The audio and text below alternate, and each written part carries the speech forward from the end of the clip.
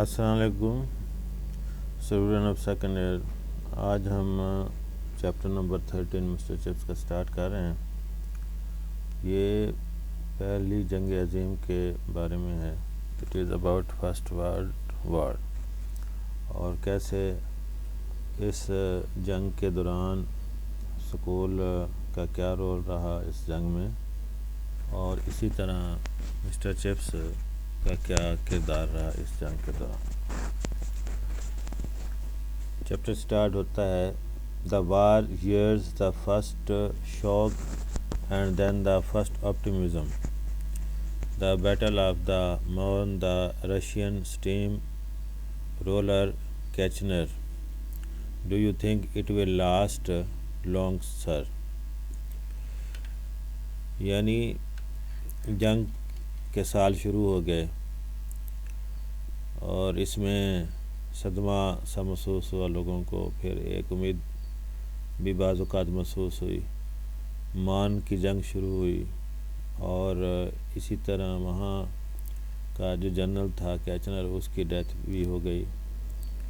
تو لوگ سوال کرتے ایک دوسرے سے کہ کیا یہ جنگ بہت عرصہ تک جاری رہے گی. Do you think it will last long sir. Chips سے بھی سوال کیا جاتا جناب کیا یہ جنگ بہت عرصہ جاری رہے گی. Chips questioned as he watch the first trial games of the season gave quite a cheery answer. He was like thousands of others, hopelessly wrong, but unlike thousands of others, he did not afterwards conceal the fact. We ought to have finished it by Christmas. The Germans are already beaten. But why are you thinking of joining up Forrester? تو chips یہ جواب دیتا تھا اور بڑے ہی خوش دلی سے جواب دیتا تھا. ہزاروں لوگوں کی طرح تھا وہ بھی جو اس جنگ کو دیکھ رہے تھے، اور لیکن اس کا جواب ان ہزاروں مایوس لوگوں کی طرح نہیں تھا، بلکہ وہ حقیقت کو نہیں چھپاتا تھا اور کہتا تھا کہ اس جنگ کو ختم ہو جانا چاہیے اور کرسمس تک یہ جنگ ختم ہو جائے گی. جرمن پہلے ہی شکست کھا رہے ہیں. اور وہ پوچھتا تھا اپنے ایک اسٹوڈنٹ سے جس کا نام فورسٹر تھا کہ فورسٹر تم فوج میں بھرتی ہونے سے کے بارے میں کیا سوچتے ہو. Joke because Forrester was the smallest new boy Brookfield had ever had. یہ بات چپس مزاحیہ طور پہ کہتا تھا کیونکہ فورسٹر جو تھا بروک فیلڈ میں داخل ہونے والے لڑکوں میں سب سے چھوٹے قد کا جو لڑکا تھا. Short 4 feet high above his muddy football boots.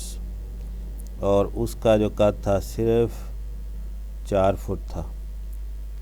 but not so much a joke when you came to think of it afterwards. تو فورسٹر سے یہ پوچھنا ایک مذاق کے علاوہ کچھ نہیں تھا. for he was killed in 1918. they shot down. اور لیکن یہ مذاق کیسا مذاق تھا اس وقت کوئی سوچ بھی نہیں سکتا تھا کہ 1918 میں اس سے گولی مار کر ہلاک کر دیا گیا فورسٹر کو. but one did not guess why lay ahead. لیکن اس وقت کسی کو اندازہ نہیں تھا کہ آگے اس کے ساتھ کیا ہونے والا ہے. It seemed tragically sensational when the first old Brookfieldian was killed in action in September. Chips thought when that news came 100 years ago, boys from this school were fighting against the French. اور جب Brook field کا سب سے پہلا پرانا طالب علم اس جنگ میں مارا گیا، اور ستمبر میں یہ خبر آئی تو اس وقت بھی چپس نے سوچا کہ 100 سال قبل اس سکول کے لڑکے فرانس کے خلاف بھی جنگ لڑتے رہے تھے۔ Strange in a way that the sacrifices of one generation should so cancel out those of another۔ یعنی عجیب سی بات تھی کہ ایک نسل قربانیاں دیتی تھی اور پھر دوسری نسل کی قربانیاں ان قربانیوں کو ختم کر دیتی تھی۔ He tried to express this to Blades, the head of schoolhouse, but Blades, 18 years old and already in training for a cadetship, may only laughed۔ اور چیف نے یہ بات کہی مسٹر یعنی بلیڈ سے، جو کہ اسکول کا ہاسٹل کا سربراہ تھا، اور لیکن بلیڈ جس کی عمر 18 سال تھی اور وہ پہلے ہی فوجی بننے کی تربیت حاصل کر رہا تھا، یہ بات سن کے صرف ہنس دیا۔ What had all that history stuff to do with it anyhow? Just old Chips with one of his queer ideas, that's all۔ کیونکہ تاریخ کی ان تمام باتوں کا اس مسئلے سے کوئی تعلق نہیں تھا، ایک صرف بوڑھا چپس ہی تھا اور اس کے عجیب سے خیالات ہی تھے، اور اس کے علاوہ اور کچھ نہیں تھا۔ 1915 armies clinched in deadlock from the sea to Switzerland۔ The Dardanelles,